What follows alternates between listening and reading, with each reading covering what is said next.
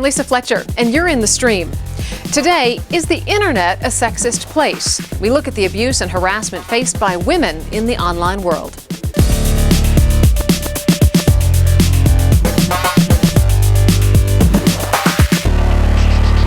Filling in for Malika as digital producer is Anousheh Hossain, writer, commentator, and women's rights advocate. Anousheh, I've been on TweetDeck since yesterday when we posted this topic, and it's been going crazy. We're having a really heated debate right now in our online community, and there's a huge debate between, who is reflecting who, online versus reality. I'm going to be pulling up our tweets during the show. If you at home want to join us, please tweet me using the hashtag at AJStream. And joining us in the studio is Alice Marwick, assistant professor at Fordham University here in the U.S. She studies online social behavior and was previously a postdoctoral researcher in the social media collective at Microsoft Research. Alice, welcome to The Stream. It's great to be here. Great to have you. Our show is all about community, and there are a number of ways you can be a part of it. One way is Google+. Just add The Stream to your Google+ circles, and you can be in The Stream. For now, though, here are some hashtags we're following.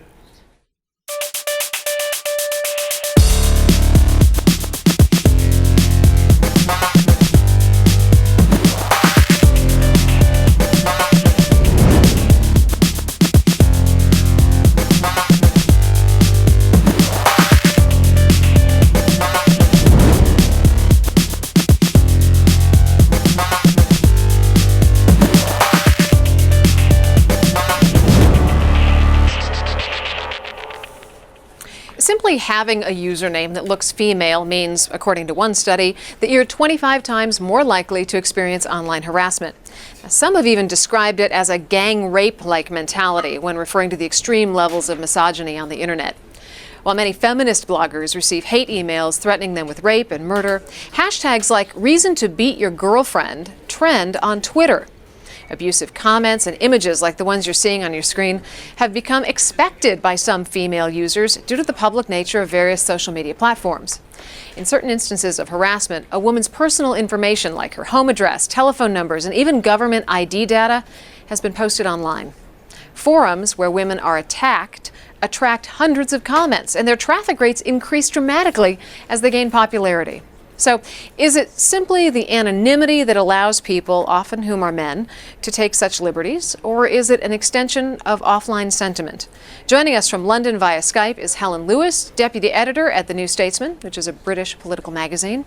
She's not only reported on the abuse and intimidation that women experience online, but she's been the target of it. Helen, welcome to The Stream. Hello. Alice, I want to start with you. It seems that this type of aggressive, intimidating behavior online is actually increasing. Is it? And if it is, why? Well, I think it's important to understand that the internet doesn't cause sexism and misogyny. It's just an outgrowth of our larger society. So what often looks like an increase tends to be because the internet makes things more transparent. In previous times, a man might have made a sexist comment to one of his buddies, but you wouldn't have been able to see it. It would have been behind closed doors. It would have been in a small group of people. But once those types of sentiments are put out on the internet, anyone can view them, and it can be really disturbing to see these things right in front of you for the world to see. So, Helen, we see these kinds of things online, things that Alice was just saying, you generally wouldn't say anymore face to face. But you see it online, it's disturbing, it's sometimes violent, it's very aggressive. Is this who people really are? Or is this some sort of weird phenomenon that's happening in an online circumstance? I think there's an interesting fact that some people don't realize quite that they're publishing, and I think that's the problem that we have here often, is that, like you say, it's something that you would say to a friend. People don't realize that is there for everyone to see forever. So is it reflecting actual sentiments toward women? Well, I think so, probably. In a lot of cases it is. Obviously, there's a case that sometimes you get people egging each other on. What we see sometimes in some of the comments threads is that the first few comments will be fine, then somebody will say something that's a bit off topic, then people kind of try and outdo each other. So I think that's definitely something that feeds into it as well.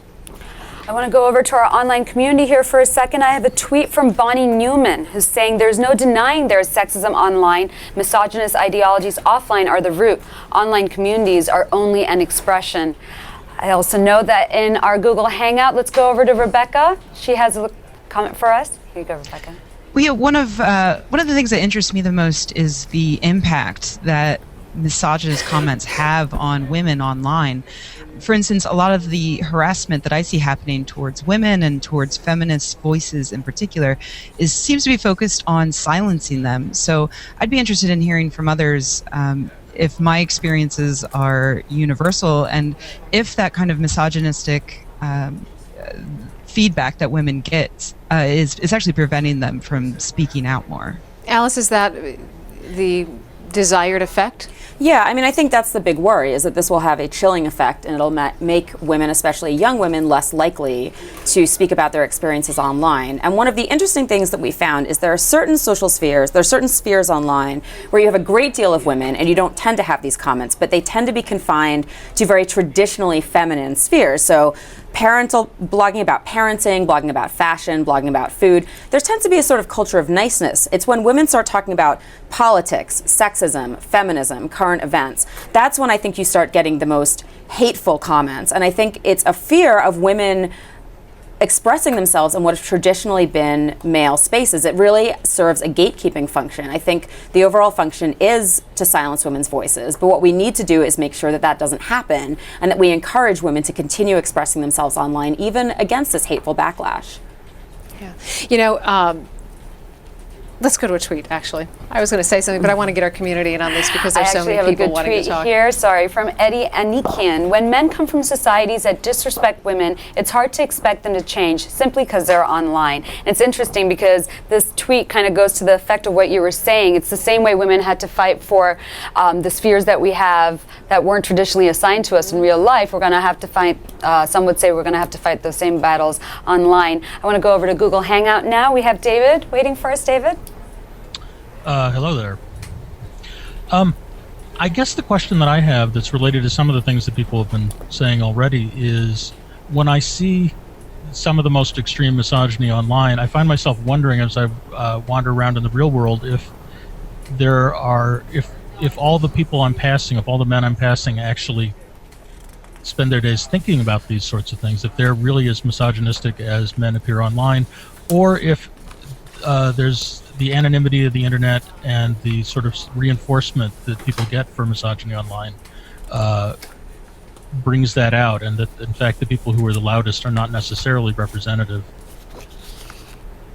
Alice, do you want to pick that one up? Yeah, I think that is a very good point. I think that there certainly is an extent to which the anonymity afforded by the internet and the distance between the person that you're talking about and yourself allows you to sort of make these very crude comments to people that you wouldn't necessarily do in face-to-face situations. You know, I want to get to something that was quite controversial. Recently, a 14-year-old girl posted on Reddit that she thought that she was raped, and then she recounted the details of her experience. And she was shown little sympathy and brutally verbally abused online. I want to read some of the responses that were posted.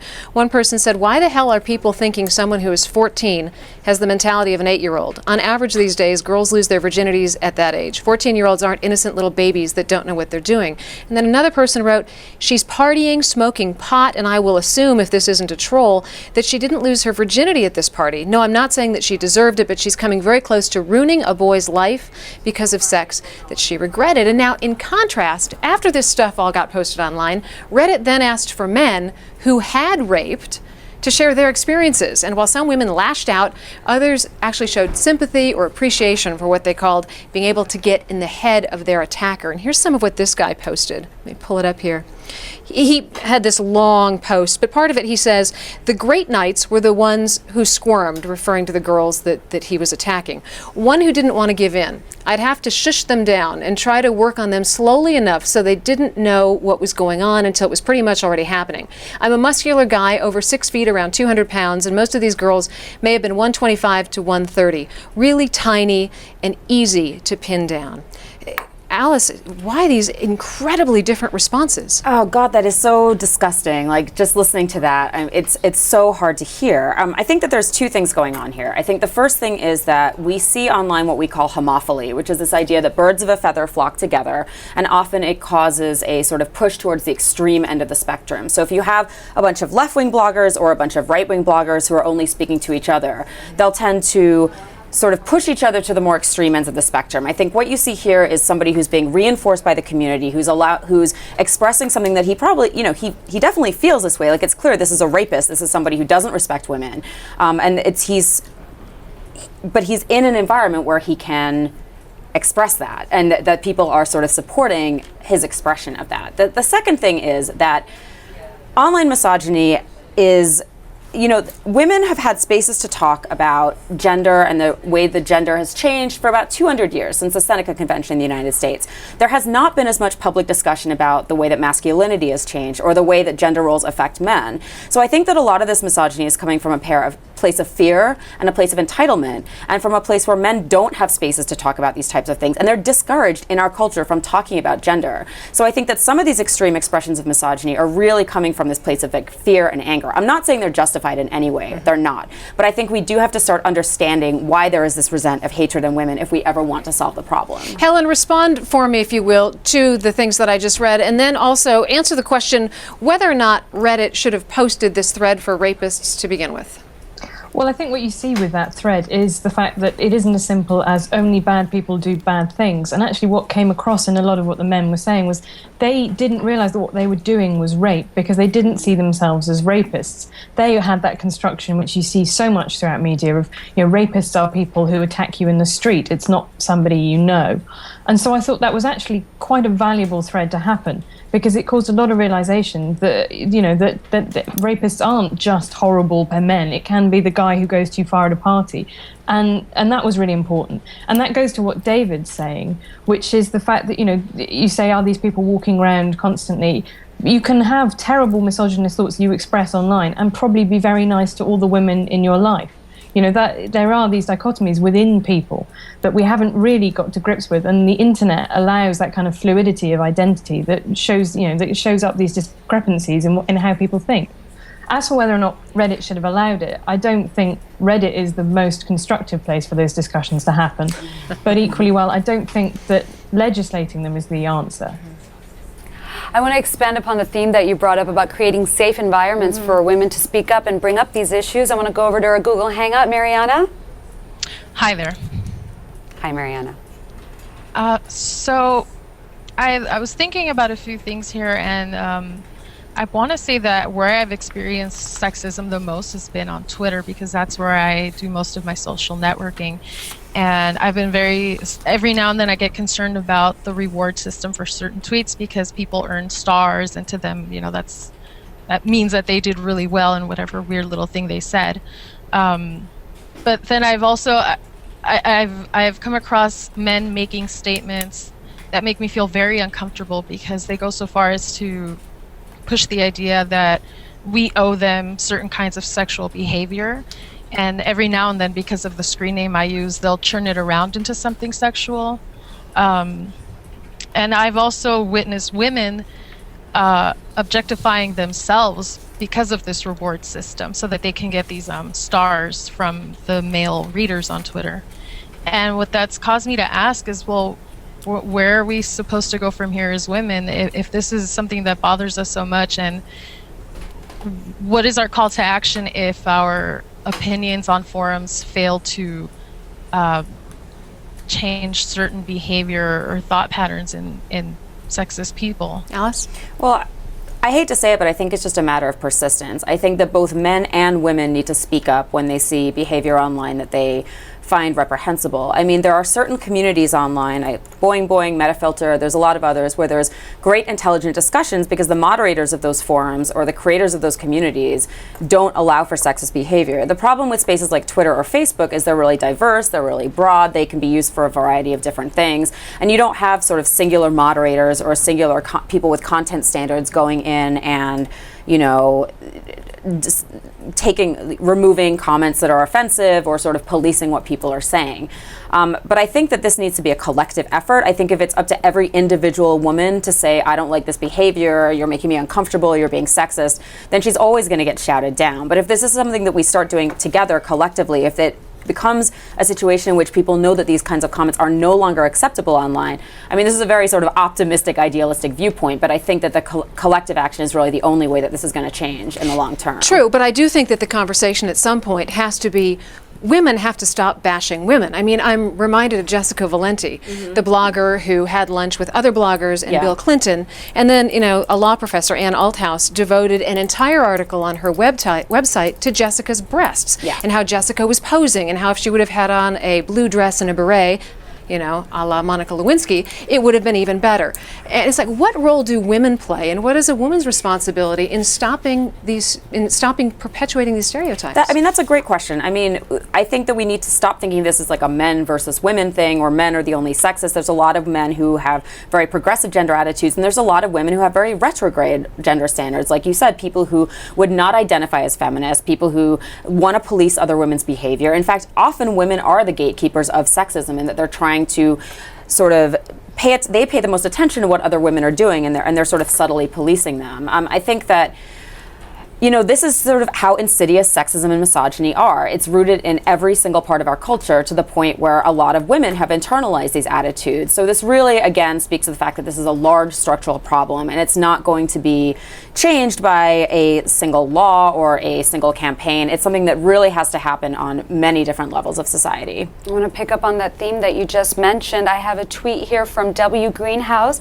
Probation moderation works too. If someone doesn't respond to being put in a penalty box, they're clearly a troll. I also have a tweet here from Sing Alleluia. If you know who is abusing you, don't just shrug your shoulders. Get after them and prosecute. I want to head over to our Google Hangout real quick. Rachel Niblett. Hi, Rachel. One of the things that I would like to bring up is that I'm a member of a lot of gaming communities. I'm a member of Reddit. I was there when these threads were being posted, and a lot of the defense in favor of allowing things like rapists to speak out was that it was free speech. And my question is, do you believe that free speech not only means that they can say what they want, but that we are forced to also give these people a platform to say things, and to say sexist things in particular? Helen, you want to pick that up? Yeah, that is absolutely the key question of this debate. My attitude to it has always been that you have the right to say anything you want within legal boundaries and threats and things like that, but that nobody has to listen to you. And actually, people talk a lot about free speech. Someone who commented on one of my blogs gave it a fantastic example of the way that works in reverse, which is if you're a female blogger and you say something and loads of people try and shout you down, where is your free speech in that situation? You are the one who's being silenced. So it very much cuts both ways. It's not as simple as simply saying, I should be allowed to say everything I want, otherwise you're impinging my free speech. Yeah, there was a Canadian psychologist who wrote about these posts on Reddit. He thought it was incredibly dangerous and irresponsible, and he said this gives a rapist the audience that they want. It allows them to horrify people, which is part of the excitement for them. And he said it's dangerous because it's actually inciting this sort of behavior. So when Jezebel came out and posted that Reddit is not responsible for triggering something, is it possible that actually they are, if they're inciting this kind of aggressive behavior? Well, I mean, legally they're not responsible for it under the safe harbor provision of the Digital Millennium Copyright Act. This is in the U.S. I know the most about U.S. copyright laws, but that doesn't mean they don't have a moral responsibility to police the type of content that is being perpetrated through their system. And I think this is where we get into the self-policing of communities. There are parts of Reddit that are terrific. There are a lot of women who use Reddit. There are some great conversations that go on in that space. There's no reason why the people who want to stay there and have these great conversations should have to put up with these other kinds of discussions and things that are really hateful. And, I agree with what's been said previously. This doesn't amount to censorship. This is not about legally barring somebody from talking. This is about saying these types of comments are not welcome in this particular community. So I'm a big fan of self-policing, of communities creating standards, of community moderators getting involved, and people from within the community deciding what appropriate standards are in terms of codes of conduct. I have a tweet here. Actually, I want to go over to our community for a second from Wimgirl. So many men feel the entitlement to space, using it, controlling it, right to it, including on the internet. So that goes to what you were saying earlier, Alice. Yeah, and the sort of ironic thing in all this is that the majority of social media users tend to be women. There's more women on social network sites than there are men. There's a lot more women on sites like Tumblr than there are men. These are spaces where women often make up the majority of people. I mean, that's not necessarily 100% true in all cases, but there certainly are many internet spaces that are primarily women. So this isn't a case of men feeling that they have the right to control a community because it's all male. This really is a sense of entitlement around who has the right to speak in a space that's perceived as public. And just as there's a problem with women speaking in public space in real life, women walking alone in public at night, women having a political voice, the same types of dynamics exist on the internet. Helen? Absolutely see that. One of your people in your Google Hangout mentioned gaming, and I write a fair bit about gaming, and that is absolutely the attitude that there is that games are for men, or they're for young men. And actually, we now see a 40-60 split in games being played by men and women, and casual games are played by millions of women. But that is the feeling, is that these women have come in and they're taking our pastime, they're taking our male space away from us. So women who write about gaming get an incredibly hostile response because they're somehow seen as ruining the fun. And I think that the same thing probably applies in other male-dominated spheres as well. So in terms of solutions, there's obviously no easy answer, but this is complicated because it needs to be really a global solution. We're talking about the World Wide Web, so we can't have just Western values applied. We have to consider multiculturalism. What are your thoughts on that? Well, the problem with governmental regulations is they don't tend to work at all. In the US alone, there's 38 states that have laws against cyber harassment, and yet they're rarely put into practice because law enforcement doesn't have the technological know-how, they don't have the budget, and it's very difficult to tell where somebody's coming from. As you said, this is a global problem. This is something that happens all over the world. Somebody might be harassing you who's 2 continents away. And generally, people who make laws about the internet don't tend to really understand the internet, and so that sort of just compounds the problem because often these laws have unintended effects that can be quite negative.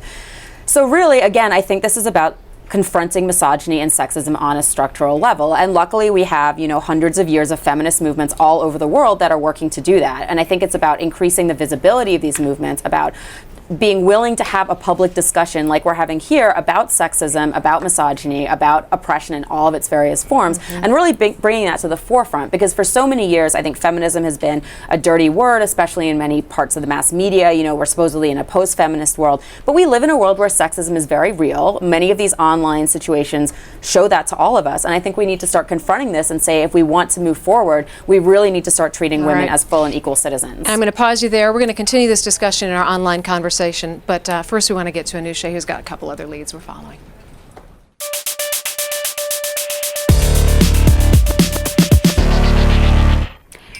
Twitter is being used to track devastating flooding in the Philippines' capital of Manila. At least 9 people have been killed and thousands forced to flee their homes in some of the worst flooding in recent years. People are using the hashtag RescuePH to tweet info of those in need of help, as you can see here. Typhoon Haiku is the 3rd typhoon in less than a week to hit the Philippines. More than 50 people were killed in the previous storms. For our next lead, Obama supporters uploaded a political parody on YouTube using the global hit song Somebody That I Used to Know by the band Gautier. Let's take a quick listen. Even the shirt that was on my back is owned by China, being arbitraged by the video, called Obama That I Used to Know, makes fun of everything from the country's high unemployment rate, the president's use of drones, his unmet vow to shut down Guantanamo, and his general promise of change. It's got about 19,000 hits on YouTube. Finally, a website offers a new way to look at the medal count from the Olympics. This is probably what you're used to seeing when people tally the medal count. China and the US leading the pack with the most gold medals and total medals. But this website, medalspercapita.com, offers a different perspective. It ranks each country's medal count in relation to the size of its population, with the general result of Grenada and New Zealand coming out on top. Grenada, with a population of about 110,000, has 1 medal. By comparison, the United States has 1 medal for every 5 million people, and China for every 19 million. We're tweeting out the link so you can look in more detail. You can even look at the numbers for past Olympics. For more of the stories we're following, head to our website at stream.aljazeera.com. Lisa? And stay with us because the post show is next at stream.aljazeera.com. And on Wednesday, can monitoring social media prevent crimes and crisis events? We'll look at what could be the future of surveillance in the European Union. And until then, we'll see you online.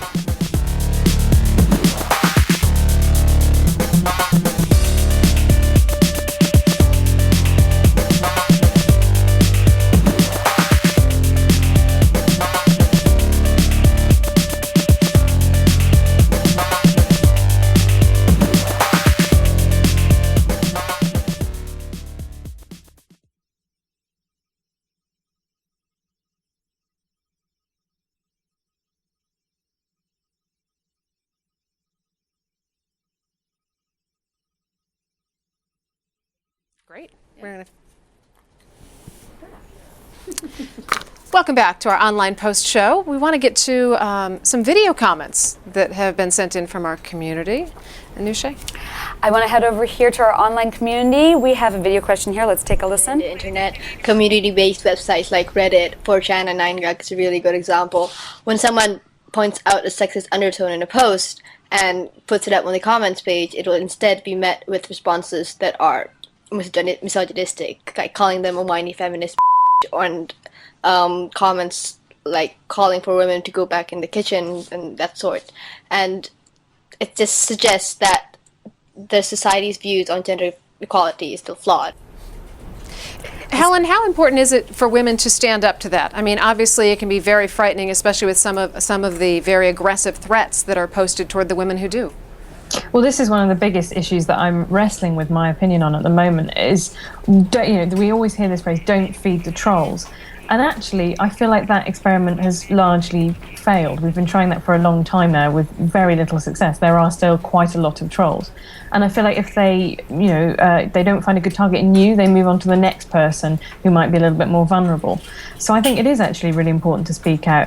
One of the things I was really surprised by when I had the New Statesman piece asking that women writers to write about sexism online was how many people just weren't aware. It wasn't a part of their everyday experience, so they just didn't know it was going on. And actually mobilising, the vast majority of people who are decent but who don't know about the issue is the kind of key thing to do next, I think. Helen, you've actually not only reported on these issues, but you've been targeted as well. How did you deal with it? Well, what I've had has been incredibly mild in comparison to what people like Anita Sarkeesian have had. Other bloggers I had writing for me have had rape threats, death threats, all kind hate sites devoted to them. I've just had the kind of usual run of comments. Every time I write an article, some joker turns up and says, "Make me a sandwich," or get back in the kitchen, or something like that, which is irritating. But you have to shrug that off and soldier on. That's my feeling with those comments. Where it crosses into actually trying to intimidate you into silence, that's where I think that's almost in the sense of where we should look at stronger solutions, community-based solutions. In the case of threats, actual threats, I think that is often a matter for the police. Right, which is in fact what Anita Sarkeesian did, is she brought the police in on her case. Yeah, and I think what's important to remember here is these trolls aren't often effective in what they're trying to do. So in Anita Sarkeesian's case, she raised something like 5 or 6 times the money she was expecting to. In Jessica Valenti's case, which we talked about earlier, she's still out there blogging and writing. I mean, just because somebody is targeting you does not mean you have to disappear from the internet. It doesn't mean you have to stop writing or speaking out or doing whatever it is that you want to do. I mean, I agree that don't feed the trolls isn't effective. I think the most effective thing to do is to stand up and keep doing what you're doing it well, and eventually the impact will not be as bad. I want to go over to Google Hangout for a second. I have a question for David. David, why would you think that it's okay? Why do you think men think it's okay to behave like this online?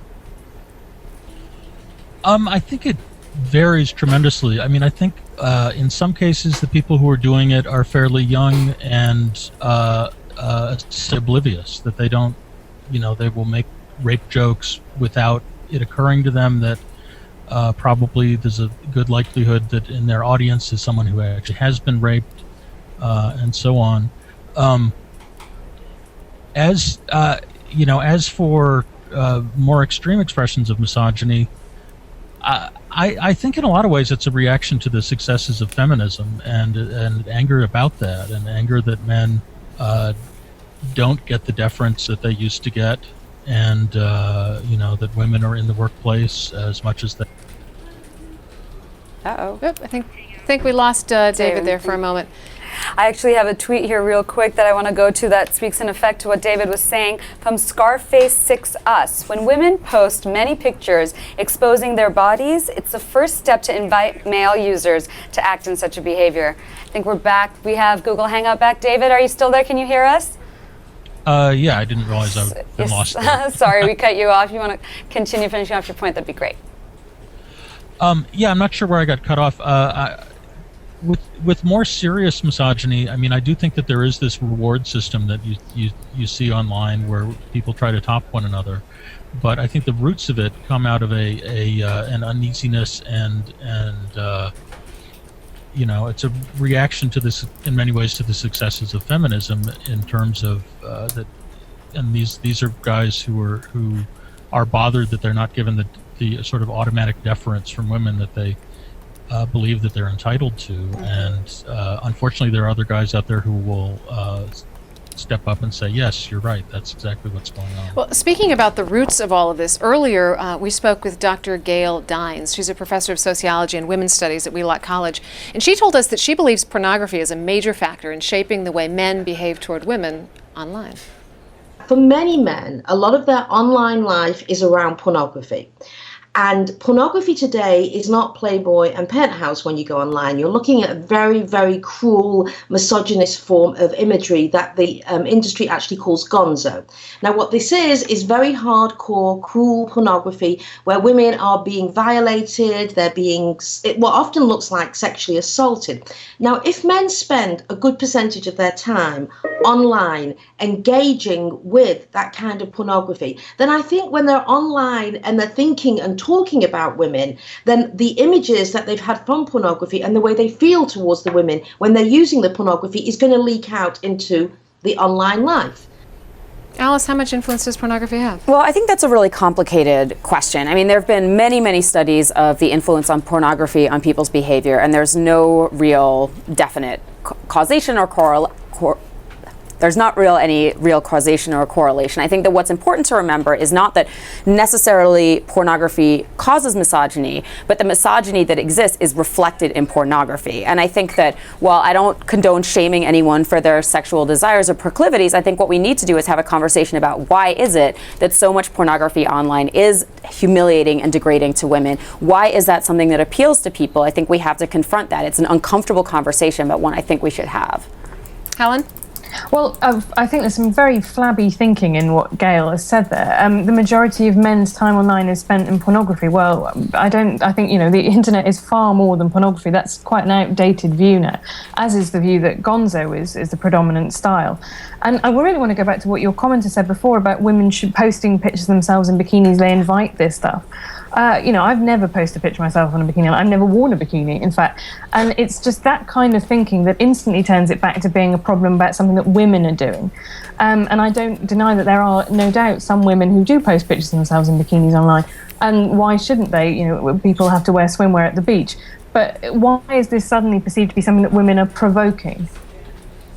Yeah, no, I totally agree. I think that's a great point. I think that the mentality there is she's asking for it, which is something that we see in sexual assault and face-to-face sexual assault every day, that it's something that a woman does, that she's responsible for a man's actions rather than a man taking responsibility for his own actions. And I think that when we live in a culture in which young women are highly sexualized in the media and in advertising, it's totally unsurprising that we would see young women then posting sexy pictures of themselves online. That's how they're taught to sort of view themselves. I would like young women to see themselves as more than just, sexy people or a pretty face. But on the other hand, you can't say that by doing that in any way they're provoking male behavior. Men should take responsibility for their own actions and not blame it on pictures of women online. I want to expand on the theme of responsibility that you just brought up. I have a tweet here from our online community at Dodie says, AJ Stream, sadly, online misogyny is as rife as the internet. The internet acts as a smokescreen that allows folks an environment to express certain feelings. If we have time, I want to also head out to our Google Hangout. I believe, Mariana, you're ready for another comment? Yes, excuse me. I was just thinking about what recently happened with Daniel Tosh, that he allegedly in a comedy club said about a young woman in the audience, wouldn't it be funny if she was gang raped or raped or by 5 dudes, something like that. And the response from the community online of comedians, fellow comedians, they were defending a comedian's maybe right to make jokes like that. And then I thought, well, the fact that all those people kind of rallied together to say, no, it's okay to make rape jokes. And I thought, was that to appease the attacks on this comedian? Right. And are we then saying that it's okay then to continue with a dialogue like that? Unfortunately, we are out of time and this dialogue is going to end, but my thanks to you so much, and to Helen Lewis as well, coming to us from London. We'll see you guys online.